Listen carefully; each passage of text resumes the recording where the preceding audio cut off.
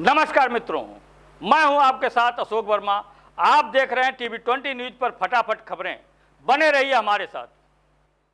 बलरामपुर जनपद के उतरौला विधानसभा क्षेत्र से सपा के टिकट पर 2 बार चुनाव जीतकर विधानसभा पहुंचने वाले दबंग विधायक आरिफ अनवर हाशमी द्वारा अवैध रूप से अर्जित की गई करोड़ों की चल अचल संपत्ति का जब्तीकरण जिलाधिकारी कृष्णा करोड़िया के आदेश पर कल यानी 11 दिसंबर की शाम तक चलता रहा। इस मौके पर जिला प्रशासन द्वारा भारी सुरक्षा व्यवस्था का इंतजाम किया गया था। जिन अवैध संपत्तियों को जिला प्रशासन द्वारा कुर्क किया गया है उसमें मुख्य रूप से AG Hashmi degree college, national Mahavidyalaya Rehra, modern inter college Sadullah Nagar, Darul Uloom Ahle Sunnat Sadullah नगर, सोसाइटी बालिका विकास सेवा संस्थान सादुल्लाह नगर शामिल है। इसके अलावा 4 बड़ी गाड़ियां जिनकी कीमत लगभग 65 लाख रुपए बताया गया है, उनकी भी कुर्की प्रशासन द्वारा कर लिया गया है। कुर्क की गई कुल 6.1 हेक्टेयर जमीन तथा चल अचल संपत्तियां जिनमें 4 बड़ी गाड़ियां भी शामिल है का अनुमानित मूल्य लगभग 50 करोड़ रुपए प्रशासन द्वारा बताया गया है, जो इनके द्वारा अवैध रूप से अर्जित संपत्ति का एक छोटा सा हिस्सा है। आपको बता दें कि समाजवादी पार्टी के पूर्व विधायक रहे आरिफ अनवर हाशमी के विरुद्ध गैंगस्टर एक्ट सहित कुल 22 आपराधिक मुकदमे दर्ज हैं। एसपी हेमंत कुटियाल ने बताया कि उनके द्वारा अवैध रूप से अर्जित की गई करीब 50 करोड़ की चल अचल संपत्ति को कुर्क कर लिया गया है। इसके आगे भी उनके खिलाफ अन्य मामलों को लेकर कठोर कार्रवाई किया जाएगा। क्या कुछ कहा एसपी बलरामपुर ने, आपको सुनवाते हैं। दिनांक 11 दिसंबर 2020 में आरिफ अनवर हाशमी के विरुद्ध गैंगस्टर एक्ट में 14(1) के गैंगस्टर अधिनियम के तहत जब्तीकरण की कार्रवाई जनपद में चल रही है। आरिफ अनवर हाशमी के खिलाफ कुल 20 मुकदमे हैं जो आपराधिक प्रवृत्ति के हैं, जिसमें अवैध रूप से सरकारी और अन्य व्यक्तियों की जमीन इन्होंने कब्जा करी है। 2020 से कुल पूर्व के 15 आपराधिक अभियोग हैं। 2020 के कुल 7 आपराधिक अभियोग हैं। इसी वर्ष इनकी 51A हिस्ट्री शीट खोली गई है और इसके अलावा गैंगस्टर एक्ट में 156/20 मुकदमा संख्या में 1 यूपी गैंगस्टर अधिनियम में इनका अभियोग पंजीकृत किया गया था और जिला अधिकारी के आदेश के अंतर्गत 14(1) में इनकी भूमि और इनकी संपत्ति जब्त करने का आदेश दिया गया था, जो चिन्हित की गई थी। उसमें जो प्रमुख भूमि जो कुर्क हुई है आज, वो है एजी Hashmi degree college, national Mahavidyalaya RERA, national शैक्षिक मॉडल इंटर कॉलेज, एजी हाशमी इंटर कॉलेज सादुल्ला नगर, दारुल उलूम आहले सुन्नत सादुल्ला नगर, सोसाइटी बालिका विकास सेवा संस्थान सादुल्ला नगर। इसके अतिरिक्त करीब 4 बड़ी गाड़ियां जो हैं जिसकी कीमत 65 लाख से ऊपर है, उनकी कुर्की हुई है और बहुत ज़्यादा इनकी जो लैंड है उसकी कुर्की हुई है। कुल इस प्रकार से कुल करीब 50 करोड़ की जो भूमि है, जो संपत्ति है, वो आज कुर्क की गई है, जो कि इनके द्वारा कब्जे की गई और जो इनके द्वारा जो अवैध रूप से अर्जित की गई संपत्ति का एक आंशिक हिस्सा है। और हम लोग और भी इसमें आगे की कार्रवाई करेंगे, मजबूत कार्रवाई करेंगे। अभी भी ये जेल में निरुद्ध हैं और ऐसे व्यक्तियों के खिलाफ और कठोर कार्रवाई बलरामपुर प्रशासन और पुलिस लगातार करती रहेगी। सरकार द्वारा जारी किसान बिल के विरोध में दिल्ली में चल रहा घमासान को लेकर राष्ट्रीय प्रवक्ता राकेश टिकैत के निर्देशानुसार दिनेश खेड़ा के नेतृत्व में सैकड़ों कार्यकर्ता हापुड़ जनपद के गढ़मुक्तेश्वर सहित तीनों टोल प्लाजा पर शनिवार को 11:45 पर टोल फ्री कराने के लिए पहुंचे। आपको बता दें कि 12 बजे टोल को भी फ्री करा दिया गया। इसके बाद सभी विभागीय नेता प्रशासन को सहयोग देने के अनुरूप किसान बिल पर चर्चा चल ही रही थी, तभी सूचना मिली कि टोल पर रसीद कट रही है। इसकी जानकारी पर भागीय नेता भड़क उठे और उग्र होकर टोल की तरफ दौड़े। हालांकि मौके पर एएसपी सर्वेश मिश्रा, इंस्पेक्टर मुकेश कुमार गढ़मुक्तेश्वर, थाना बहादुरगढ़ प्रभारी राजीव कुमार बालियान की टीम ने सभी भागीय नेताओं को रोक टोल फ्री रहने का विश्वास दिलाया। जिसके बाद सभी कार्यकर्ताओं ने धरना देकर बैठे रहे। हालांकि 1 घंटे टोल बंद रखने के बाद हापुड़ एएसपी के द्वारा समझाते हुए जहां एडीएम हापुड़ तहसीलदार सुरेंद्र यादव की मौजूदगी में दिनेश खेड़ा ने सभी कार्यकर्ताओं की सहमति से धरना समाप्त किया। क्या कुछ कहा इस बाबत की किसान नेता ने, आपको सुनवाते हैं। जो किसान विरोधी बिल हैं, जो कृषि कानून बताए गए हैं, इनके विरोध में हमारा दिल्ली बॉर्डर घेरो आंदोलन चल रहा है। उसी के तहत हमारे जो 40 किसान प्रतिनिधि हैं, संगठनों के नेता हैं, उन्होंने उन्हीं की ये रणनीति थी कि इन दिनों में आंदोलन की अलग अलग रूपरेखा बनाते हुए एक रोज पहले सड़क जाम का प्रोग्राम हुआ था, आज टोल फ्री का प्रोग्राम था। 14 तारीख में पूरे देश के जिला कलेक्ट्रेटों को घेर कर वहाँ प्रदर्शन करने का प्रोग्राम है। आगे की भी जो रणनीति होगी वो हाईकमान ही तय करेगी। हमारे 40 प्रतिनिधि उसमें हैं जिनकी अगुवाई माननीय हमारे राष्ट्रीय प्रवक्ता राकेश टिकैत जी कर रहे हैं। और किसान यूनियन के लिए, खासतौर से उत्तर प्रदेश के लिए, ये भी बहुत बड़े सौभाग्य की बात है कि कम से कम हिंदुस्तान के समस्त किसान प्रतिनिधियों को, किसानों को आपके संगठन भारतीय किसान यूनियन पर, आपके नेता पर उन्होंने विश्वास व्यक्त किया है और उनकी अगुवाई में आंदोलन को आगे बढ़ाने का कार्य कर रहे हैं। बदायूं के थाना वजीरगंज में वरिष्ठ पुलिस अधीक्षक संकल्प शर्मा के निर्देश पर थाना समाधान दिवस में तेज तर्रार थानाध्यक्ष वजीरगंज अमित कुमार चौधरी ने थाना समाधान दिवस में लोगों की जन समस्याएं सुनी और निस्तारण के भी आदेश दिए। इस मौके पर राजस्व विभाग की टीम भी उपस्थित रही। कोविड-19 को लेकर सोशल डिस्टेंस का खासा ध्यान रखा गया। उत्तर प्रदेश के जनपद हापुड़ में आज समाजवादी पार्टी के जिलाध्यक्ष तेजपाल प्रमुख व उनकी कार्यकर्ताओं ने अपने जिला कार्यालय से कृषि कानून का विरोध कर अपनी मांगों को सरकार तक पहुंचाने के लिए बाइक रैली, किसान जन जागरण यात्रा निकालने का आयोजन किया। लेकिन कि समाजवादी पार्टी के जिला अध्यक्ष व उनके कार्यकर्ताओं को तहसील चौराहे पर ही रोक दिया गया। आपको बता दें कि बाइक रैली के माध्यम से किसान जन जागरण यात्रा निकालने से पहले ही जिला कार्यालय के बाहर एसडीएम सहित सैकड़ों की संख्या में पुलिस बल मौजूद था ताकि रैली को आगे ना जाने दिया जाए। लेकिन उसके बावजूद भी समाजवादी पार्टी के कार्यकर्ता पुलिस के द्वारा लगाए गए बैरिकेड को तोड़कर आगे निकलने का प्रयास करते रहे, लेकिन आगे ना जा सके और उन्होंने वहीं पर ही अपनी मांगों को सरकार तक पहुंचाने के लिए एसडीएम सदर सत्यप्रकाश को राष्ट्रपति के नाम ज्ञापन सौंपकर अपने कार्यालय वापस चले गए।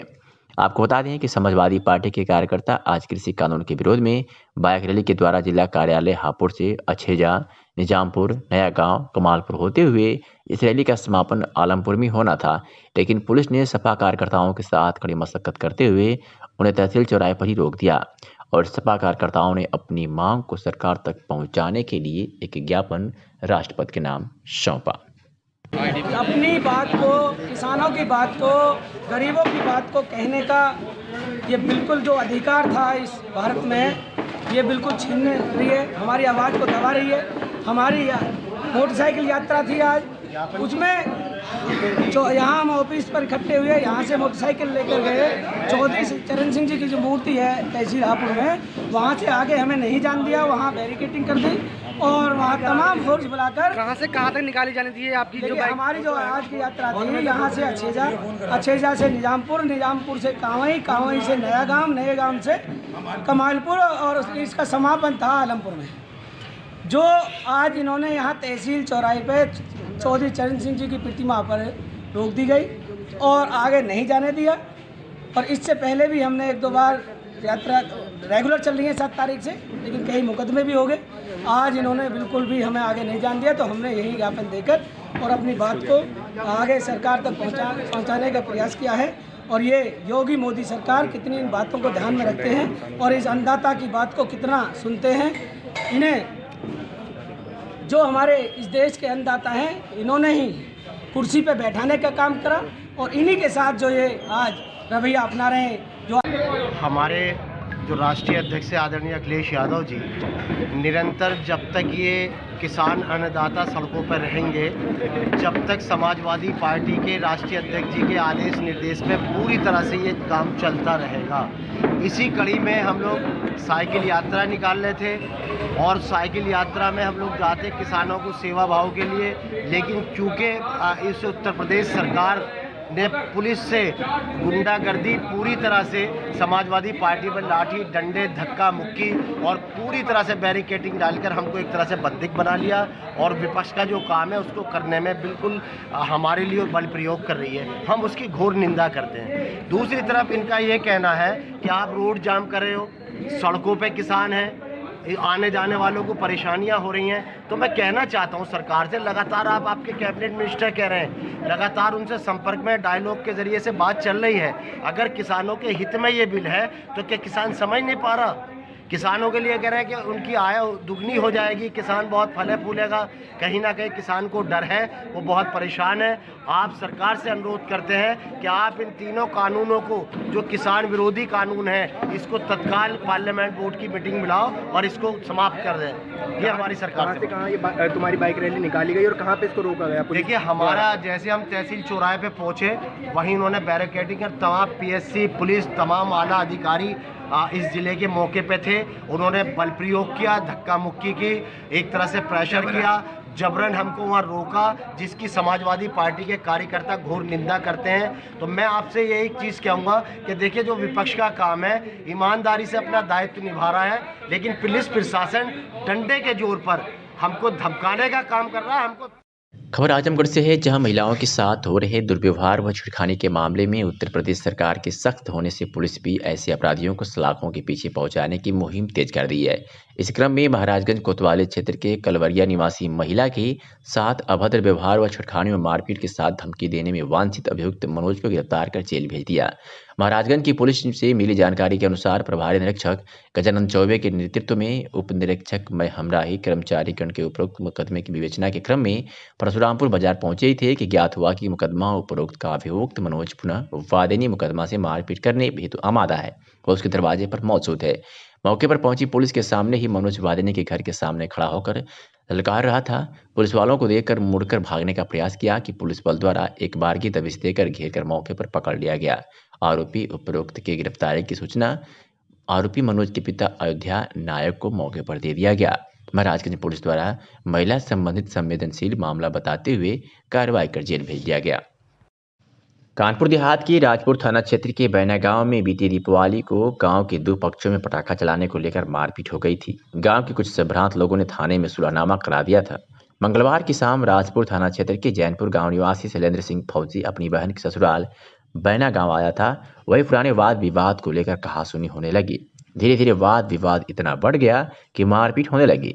इसी बीच आरोप है कि जैनपुर निवासी शैलेंद्र सिंह फौजी अपने साथियों ने एक पिस्टल व बंदूक से फायर कर दिया, जिससे दूसरे पक्ष के 3 लोग घायल हो गए। सूचना मिलते ही घटनास्थल पर एसडीएम आरसी यादव व सीओ राजाराम चौधरी के साथ कई थानों की पुलिस बल पहुंच गई। पुलिस ने घायलों को पीएचसी राजपुर भिजवाया, जहां पर डॉक्टर डीके सिंह ने घायलों को जिला अस्पताल के लिए रेफर कर दिया। सुनवाते हैं अनूप कुमार एएसपी कानपुर देहात की बात। जो घटना है वो बैना गांव के साथ साथ पड़ोस में बैना गांव के जैनपुर है, उससे भी संबंधित है। यहाँ का रहने वाला भानु प्रताप उर्फ सीपू नाम का युवक जो था, जिसकी उम्र करीब 20 वर्ष है और इसने बीपीएड किया है, ये बैना गांव में अपनी बहन की ससुराल गया था। वहाँ पर इसकी कुछ दूसरे पक्ष के लोगों से कहासुनी हुई। कहासुनी के बाद इसने अपने भाई शैलेंद्र सिंह को बुला लिया। शैलेंद्र सिंह जो है बीएसएफ में जवान है और छुट्टी पे आया हुआ है। ये अपनी डीबीबीएल गन लेकर के और लाइसेंसी पिस्टल लेकर के ये मौके पर गया। इसके द्वारा जो है दबंगई दिखाते हुए फायर किया गया, जिसमें दूसरे पक्ष के 3 लोगों के लिए जो है छर्रे लगे हैं। उन्हें जो है पुलिस ने पहुंच करके मौके पर पहुंच करके स्थिति को कंट्रोल किया और उन जो घायल हैं उनको अस्पताल भेजा गया इलाज के लिए। इसमें एफआईआर पंजीकृत की जा रही है और जो लोगों ने ये फायरिंग की थी और जो झगड़े में इन्वॉल्व थे, उनके 5 व्यक्तियों को जो है हिरासत में लिया गया है और जो आवश्यक कार्रवाई है वो की जा रही है। मौके पर पूर्ण रूप से शांति है। जनपद ही नहीं, पूरे पूर्वांचल में स्वास्थ्य सुविधाएं देकर लोहा मनवा चुके लाइफलाइन अस्पताल में अब कोरोना वायरस की जांच हो सकेगी। आज जिलाधिकारी राजेश कुमार द्वारा लाइफलाइन अस्पताल में ड्रोनाट मशीन का उद्घाटन किया गया। जिलाधिकारी राजेश कुमार ने मीडिया को बताया कि जनपद के लिए खुशी की बात है कि अब कोविड-19 की जांच शहर के पहले प्राइवेट संस्थान लाइफलाइन अस्पताल में भी उपलब्ध है। इसमें गंभीर बीमारी से ग्रसित मरीजों को काफ़ी सहूलियत मिलेगी। तो वही डॉक्टर अनूप सिंह ने बताया कि अब जनपद वासियों को लाइफलाइन अस्पताल में एक और सुविधा मिलेगी, कोविड-19 जाँच की। इस मशीन को लगाने का उद्देश्य यही है कि अभी तक कई लोगों की जान गई है, जांच में देरी होने की वजह से चली गई, जो अब लाइफलाइन परिवार नहीं होने देगा। इस मशीन से एक दिन में 100 जांच हो सकती है। प्रति जांच रिपोर्ट 1 घंटे के अंदर मरीज को मिल जाएगी। इस मशीन के लग जाने से गंभीर बीमारी से ग्रसित मरीजों को काफ़ी सहूलियत प्रदान होगी। खास बात यह है कि यह मशीन सिर्फ कोरोना की ही जाँच नहीं बल्कि कई गंभीर रोगों की जाँच कर सकती है, जैसे डेंगू, मलेरिया, चिकनगुनिया आदि रोगों की जांच के लिए यह मशीन लाइफलाइन अस्पताल में उपलब्ध है। डॉक्टर अनूप सिंह यादव ने यह भी बताया कि यह मशीन सेल्फ लाइफलाइन अस्पताल के लिए ही नहीं बल्कि जनपद के किसी भी अस्पताल में भर्ती मरीज की जांच हो सकती है। यह मशीन आजमगढ़ के लिए है, समाज के लिए है, इंसानियत के लिए है। क्या कुछ कहा इस बाबत जिलाधिकारी आजमगढ़ और डॉक्टर अनूप सिंह यादव ने, आपको बारी बारी से दोनों की बात सुनवाते हैं। 93 में 3 पेशेंट ऐसे थे जो अन्य जनपद के हमारे जनपद में सेंटर से चढ़ गए थे। होता क्या है कि जो सेंट्रलाइज्ड टेस्टिंग होती है उसमें आधार कार्ड के माध्यम से उसका एड्रेस लिया जाता है। तो कई बार जो लोग हैं, कुछ लोग पलायन कर गए या फिर शहर में रहने लग गए, तो वहीं पे उन्होंने टेस्ट कराया, वहीं पे रह रहे हैं, बट आधार कार्ड की वजह से हमारा जनपद अलॉट हो गया था, तो इसलिए 93 संख्या दिख रही थी। तो 3 का हम जब यहाँ से रिपोर्ट भेजा गया कि ये 3 हमारे जनपद के निवासी नहीं हैं, तो फिर वो वहाँ पे चेक करके उसको बाद में हटाया गया। दूसरा, 2 तरह की रिपोर्ट जाती है। एक जाती है रात के 12 बजे से अगली रात के 12 बजे तक, फिर एक जाती है शाम के 6 से अगले 6 बजे तक। तो उसमें कई बार कन्फ्यूजन हो जाता है। तो जो ये पेशेंट दिखाए गए हैं आज सुबह वाली रिपोर्ट में, ये सुबह 6 बजे से 6 बजे की रिपोर्ट है। जो हम दिखाते हैं मीडिया को भेजने के लिए, शाम के 6 से 6 तक दिखाते हैं। तो उसमें जो आप 35 बता रहे हैं वो वाली संख्या है, और जो आप अभी बता रहे हैं सुबह 6 से 6 बजे वाली, इसलिए ये रिपोर्ट हम लोग को मिले तो ज़्यादातर कुछ अखबारों में लग गई 34 की और हम लोग लगा 8 की। मैं सीएमओ साहब से मैंने बोला है क्योंकि हर अखबार में क्योंकि शाम को 6 बजे आवश्यकता होती है, तो इसलिए 6 से 6 शुरू किया था। तो आप वही इसको चालू करके कोई एक सिस्टम बना। लाइफलाइन हॉस्पिटल में ट्रूनेट मशीन का इनॉग्रेशन हुआ है हमारे माननीय डीएम साहब के हाथों से, और इस मशीन से अब हम लोग एक तरीके से ईस्टर्न यूपी में सिर्फ दूसरे और आजमगढ़ के पहले सेक्टर हैं जिसने प्राइवेट सेक्टर में इस सुविधा को, जो कि कोविड जिस तरीके से महामारी के रूप में फैलता जा रहा है, एक बड़ी समस्या, जांच की, उचित जांच की, और सबसे बड़ी इम्पॉर्टेंट बात, समय से जांच की रिपोर्ट की थी, जो एक सबसे बड़ी कमी हम लोगों के सामने फेस कर रहे थे कि न्यूनतम समय भी हमें लग रहा था, तो हमें लगभग 24 घंटे लग जा रहे थे प्रॉपर रिपोर्ट मिलने में कि हम वाकई पॉजिटिव हैं या नेगेटिव, जिससे सबसे बड़ी जो एक समस्या आ रही थी, गंभीर मरीजों के इलाज में आ रही थी। पेशेंट कई बार कोविड निगेटिव रहता था, लेकिन उसको रिफ्यूज़ हो जाता था कि वो कहीं कोविड पॉजिटिव तो नहीं। आप जानते हैं कि देश में लगभग 700 से ज़्यादा डॉक्टर और लगभग 4500 से ज़्यादा उनके परिवार के सदस्य मृत हो चुके हैं इस बीमारी के शिकार होकर के। तो हर व्यक्ति एक कहीं न कहीं से डरा सहमा इस फेज में काम कर रहा है, और एक हिचकिचाहट मेडिकल फील्ड में भी कभी न कभी आ जाती थी, खासकर गंभीर मरीजों को देखने के बाद। तो इस सुविधा के साथ अब हम लोग उस स्थिति में हैं कि हम लोग 1 घंटे में आपको बताने में सक्षम हैं कि आप कोविड पॉजिटिव हैं कि निगेटिव, और एक बिल्कुल ऑथेंटिक रिपोर्ट के साथ, जो कि आईसीएमआर की गाइडलाइंस के अनुसार है। तो सर ये एक दिन में कितने टेस्ट हो सकते हैं और कितना इसका खर्च पड़ता है? एक दिन में इसके लगभग 100 रिपोर्ट्स हम लोग एक दिन में कर सकते हैं। और देखिए RT-PCR के जो हैं, मेरे ख्याल से 700 या 900 कितना, मुझे एग्जैक्टली आइडिया नहीं है इसका। RT-PCR के रेट के कास्ट ये हैं। ये RT-PCR नहीं है, ये ट्रूनेट है, और इसका एग्जैक्टली इसका मुझे कहना, ये डॉक्टर पीयूष बता पाएंगे जो हमारे मैनेजिंग डायरेक्टर हैं, कि क्या इसके, क्योंकि उसके बारे में मुझे नहीं आइडिया कि क्या चार्जेस हैं, क्या उसके, और गवर्नमेंट द्वारा निर्धारित क्या चार्जेस हैं, इसके बारे में मैं उचित व्यक्ति नहीं होऊंगा, क्योंकि मुझे वाकई इसके बारे में जानकारी है। जैसे सरकारी अस्पताल में भी ट्रूनेट मशीन है, हाँ जी, उसमें और इसमें क्या अंतर है? जैसे टेस्टिंग में उसमें भी जैसे ऑथेंटिसिटी को लेके, और क्या? देखिए सरकारी अस्पताल में जो ट्रूनेट मशीन है, ट्रूनेट मशीन 2 तरीके की होती है, एक होती है डुप्लेक्स और एक होती है मल्टीप्लेक्स।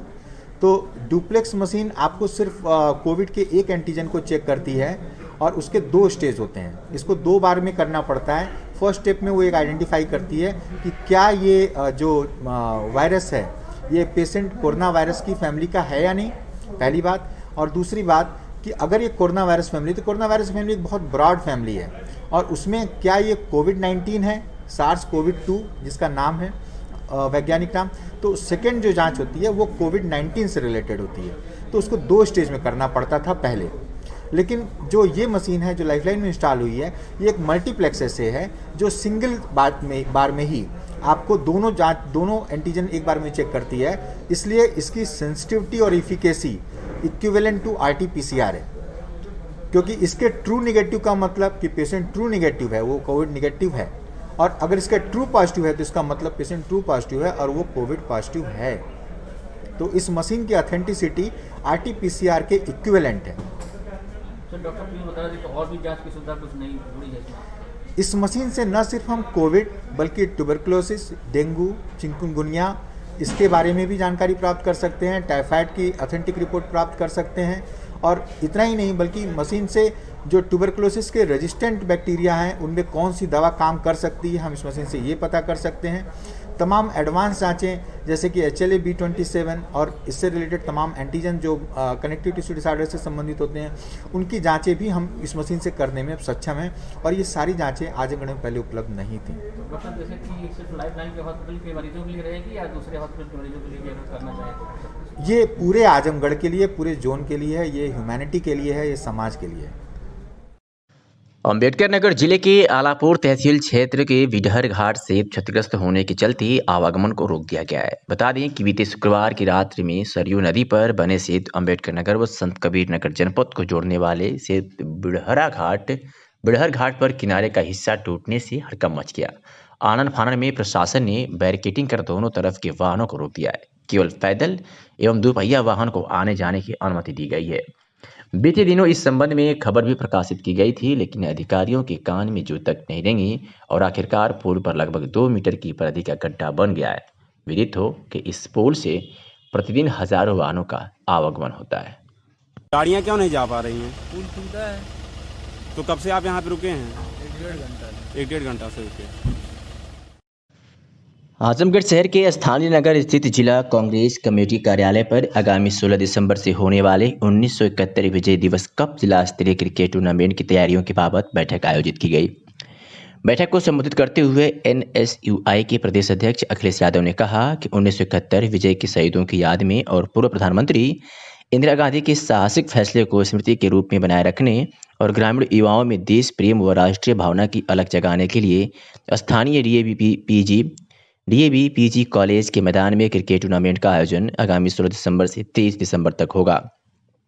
श्री यादव ने कहा कि उक्त अवसर पर 1971 भारत बांग्लादेश युद्ध में शहीद सैनिकों के परिजनों को सम्मानित भी किया जाएगा। उक्त अवसर पर NSUI कार्यकर्ताओं ने DAV कॉलेज के मैदान का निरीक्षण भी किया। उक्त प्रतियोगिता का मुख्य उद्देश्य नई पीढ़ी में खेल भावना के साथ देश प्रेम व राष्ट्रीय एकता की भावना का संचार करना है। प्रतियोगिता में विजेता टीम को 11,000 रुपये नगद पुरस्कार व उपविजेता टीम को 5100 रुपये पुरस्कार सहित मोबाइल फोन आदि दिया जाएगा। इस अवसर पर कांग्रेस जिलाध्यक्ष प्रवीण सिंह, NSUI जिलाध्यक्ष मंजित यादव, सुनील कुमार, अजय यादव, आशीष यादव, अंशुल कुमार आदि उपस्थित रहे। क्या कुछ कहा इस यादव ने, सुनवाते हैं। देखिए, 16 दिसंबर से आजमगढ़ जिले में NSUI के बैनर तले क्रिकेट टूर्नामेंट का आयोजन हो रहा है। जो 1971 के विजय दिवस, सौर दिवस के रूप में जो इंदिरा गांधी जी ने फतेह की थी, बांग्लादेश अलग बनाया था, एक सौर दिवस के रूप में एक टूर्नामेंट का आयोजन किया जा रहा है, जिसका आयोजन भारतीय राष्ट्रीय छात्र संगठन कर रही है। उसके अध्यक्ष भाई अखिलेश यादव जी, जो कि प्रदेश अध्यक्ष हैं पूर्वी जोन के, वो आपके बीच थे, उन्होंने भी विस्तार से बताया होगा। और भारतीय राष्ट्रीय छात्र संगठन के ज़िले के अध्यक्ष मंजीत यादव जी हैं, इनकी देखरेख में सब संपन्न हो रहा है। हम जिला कांग्रेस कमेटी के अध्यक्ष के रूप में इस कार्यक्रम को सफल बनाने के लिए आजमगढ़ ज़िले के लोगों से अपील आपके माध्यम से हम करते हैं कि जितने अधिक से अधिक लोग रजिस्ट्रेशन करा करके इस टूर्नामेंट में अपना पार्टिसिपेशन दे सकते हैं वो दें। और खेल भावना से आजमगढ़ जनपद में एक नई शुरुआत NSUI करने जा रहा है, जो मैं समझता हूँ कि काफ़ी लंबे अरसे बाद एक शुरुआत है, जिसका हम स्वागत करते हैं, पूरा सहयोग करेंगे। 16 दिसंबर को जो हमारा शौर्य दिवस है, जब बांग्लादेश को आज़ाद कराया गया, उसके उपलक्ष्य में अपने पुराने शौर्य गाथा को याद करते हुए NSUI द्वारा, जो कि कांग्रेस का छात्र संगठन है, आजमगढ़ में 1971 विजय दिवस कप क्रिकेट टूर्नामेंट का आयोजन किया जा रहा है, जिसमें हम सभी का यह प्रयास है कि ज़्यादा से ज़्यादा युवाओं में उस शौर्य गाथा को याद किया जाए, साथ ही साथ उनके अंदर खेल की भावना को प्रेरित किया जाए, और साथ ही साथ उनको एक ऐसा पटल दिया जाए जो कि ग्रामीण तबके में हमारी जितनी भी वहाँ पर संभावनाएं हैं, उनको तराशते हुए उनको मुख्य पटल पर लाने का प्रयास किया जाए। इस क्रिकेट प्रतियोगिता में हमने आकर्षक पुरस्कार भी रखे हैं, जो हमारी विजेता टीम है उसके लिए हम लोग 11,000 उत्साह स्वरूप पुरस्कार देंगे, और जो हमारी उपविजेता टीम रहेगी उसके लिए हम लोगों ने 5100 रुपये निर्धारित किया है। और जो मैन ऑफ द सीरीज़ के तौर पर है, तो वर्तमान समय में जिस प्रकार से तकनीकी बढ़ रही है, टेक्नोलॉजी बढ़ रही है, उसके लिए स्मार्टफोन का भी हमने पुरस्कार निर्धारण किया है। जो कार्यक्रम है यह मुख्य रूप से DAV PG कॉलेज के ग्राउंड पर होना सुनिश्चित हुआ है। हमारा उद्घाटन कार्यक्रम भी वहीं पर होगा, और साथ ही साथ यह जो टीमें हैं वह पूरे आजमगढ़ के जितनी भी टीमें रहेंगी वह सारी टीमें इसमें प्रतिभाग करेंगी। मुख्य रूप से जितने भी युवा वर्ग की टीमें हैं, जितने भी महाविद्यालय हैं, जितने भी स्कूल्स हैं, इंटर कॉलेज हैं, उनकी भी टीमें इसमें प्रतिभाग करेंगी। आजमगढ़ जनपद में एसपी के निर्देशानुसार अपराध व अपराधियों पर नियंत्रण हेतु चलाए जा रहे अभियान के तहत जनपद की विभिन्न थानों की पुलिस को बड़ी कामयाबी हाथ लगी है। आपको बता दें कि थाना निजामाबाद की पुलिस ने चोरी की योजना बना रहे 3 अभियुक्तों को उपकरणों के साथ जहां गिरफ्तार करने में सफलता हासिल की है, तो वही थाना महाराजगंज की पुलिस ने भी महिला के साथ मारपीट, गाली गुप्ता व छेड़खानी करने वाले एक अभियुक्त को गिरफ्तार किया है। बात करें अगर मुबारकपुर पुलिस की, तो थाना मुबारकपुर की पुलिस ने अपनी अलग अलग 2 कार्रवाई में दहेज हत्या के 2 आरोपी और 3 अभियुक्त 30 लीटर अपमिश्रित शराब के साथ गिरफ्तार किया है। इस तरह की हुई पुलिसिया कार्रवाई से अपराध खेमे में जहां हड़कंप मचा हुआ है, तो ही जनपदवासियों ने राहत की सांस ली है। आजमगढ़ में कृषि कानून के विरोध में देशव्यापी टोल प्लाजा पर किसानों का धरना प्रदर्शन को दबाने के लिए प्रशासन ने पूरी तैयारी के साथ अतरौलिया के लोहरा टोल प्लाजा पर डेरा डाला। बता दें कि कृषि कानून के विरोध में दिल्ली में हो रहे प्रदर्शन को देखते हुए किसान संगठनों ने पूरे देश के टोल प्लाजा पर चक्का जाम करने का आह्वान किया था, जिसे गंभीरता से लेते हुए प्रशासन ने आंदोलन की हवा निकालने के लिए पूरी मुस्तैदी के साथ सड़क पर उतर आई। अतरौलिया क्षेत्र के लोहरा टोल प्लाजा पर जिले के आला अधिकारियों ने डेरा जमा कर बैठ गए, जिससे कोई किसान आंदोलन करने टोल प्लाजा पर नहीं आया। लोहरा टोल प्लाजा आजमगढ़ के लोहरा तथा अंबेडकर नगर जनपद के अमरी गांव की सीमा पर स्थित है, जबकि अंबेडकर नगर की सीमा में प्रदर्शन कर 16 किसानों को अंबेडकर नगर प्रशासन ने गिरफ्तार कर लिया और आजमगढ़ पुलिस को इसकी सूचना दी। पहले से ही मुस्तैद प्रशासन ने में और भी सक्रियता दिखाते हुए पूरे टोल प्लाजा को पुलिस छावनी में तब्दील कर दिया। आजमगढ़ के अतरौलिया क्षेत्र के सिकंदरपुर गन्ना क्रय केंद्र पर आज किसानों ने हंगामा कर दिया। किसानों का आरोप था कि दूर दूर से गन्ना लेकर क्रय केंद्र पर आने से जहां उनकी ट्रैक्टर और ट्राली 10 दिनों से तौल न होने के कारण फंसी पड़ी है, वही ट्राली पर ही गन्ना सूख रहा है, जिससे आक्रोशित किसानों ने आज गन्ना क्रय केंद्र पर ही हंगामा कर दिया। सूचना मिलते ही उप जिलाधिकारी बुढ़नपुर दिनेश मिश्रा तथा थानाध्यक्ष अतरौलिया दिनेश कुमार यादव मौके पर पहुंच गए और किसानों को समझाने के बाद तौल शुरू करा दी। तो इस सेंटर पर करीब 15 ट्रालियों पर लदे गन्ने जो सूख रहे थे उसे तुरंत तौल कराने का निर्देश दिया गया। एक किसान की बात सुनवाते हैं। 5 दिन से गन्ना खड़ी है, उसके बाद कह रहे हैं जड़ है, सूखी है, इसलिए गन्ना सूखी है, नहीं लिया जाएगा। आपका नाम क्या, कहाँ? विनोद सिंह, रतुआ पार। गन्ना 5 दिन से टाली खड़ी हुई नहीं जा रही। हाँ, 5 दिन से खड़ी। आप किस जगह पे लाए हैं इसको तोड़ाने के लिए? ये सिकंदरपुर। हाँ। यहाँ तौल नहीं हो रही है? नहीं।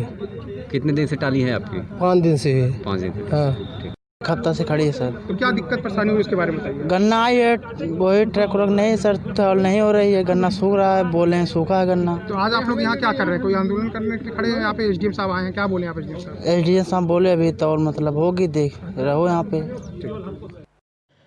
कहते हैं दहेज देना और दहेज लेना दोनों ही कानूनन जुर्म है, लेकिन आज फिर वर्षों से चली आ रही इस दहेज प्रथा की वजह से एक लड़की का घर बसने से पहले उजड़ गया। पूरा मामला आजमगढ़ से है, जहां पर अंबेडकर नगर निवासी गोविंद राजभर ने अपनी पुत्री बबीता का विवाह आजमगढ़ निवासी सुदामा के साथ तय किया था। पीड़िता के घर वालों की तरफ से लड़के वालों को 1 लाख रुपए दे दिए गए थे दहेज के रूप में। हालांकि लड़के वालों को अभी 30,000 रुपये देना बाकी था, जो द्वार पर तिलक के रूप में देना था। गोविंद राजभर का कहना है कि मैं उनके घर गया तो उन्होंने मुझसे 50,000 रुपये की मांग की और कहा कि जब पैसा मिल जाएगा तो मैं आपके घर बारात लेकर आऊँगा। मैं पैसे की व्यवस्था कर ही रहा था, तभी मुझे फ़ोन आया और कहा कि मैं बारात लेकर नहीं आऊँगा, मैं शादी तोड़ रहा हूँ। पीड़ित परिवार ने सृजन शक्ति संगठन से जाकर अपील की तो संगठन के अध्यक्ष पूनम शर्मा ने अधिकारियों से न्याय की गुहार लगाई। आज हमारे लड़के की शादी थी, ग्राम भरथई से बारात जाने वाली थी, ग्राम पोस्ट चकिया, जिला अंबेडकर नगर। वहाँ मैंने पहले उनको 1 लाख रुपए दे चुका था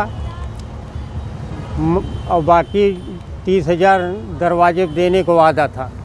वो लोग बोलते हैं कि नहीं, हमको 10 बजे सुबह उन्होंने फ़ोन किए कि शादी नहीं करेंगे, पैसे पहले दो। क्या चाहते हैं? हमको न्याय चाहिए सर।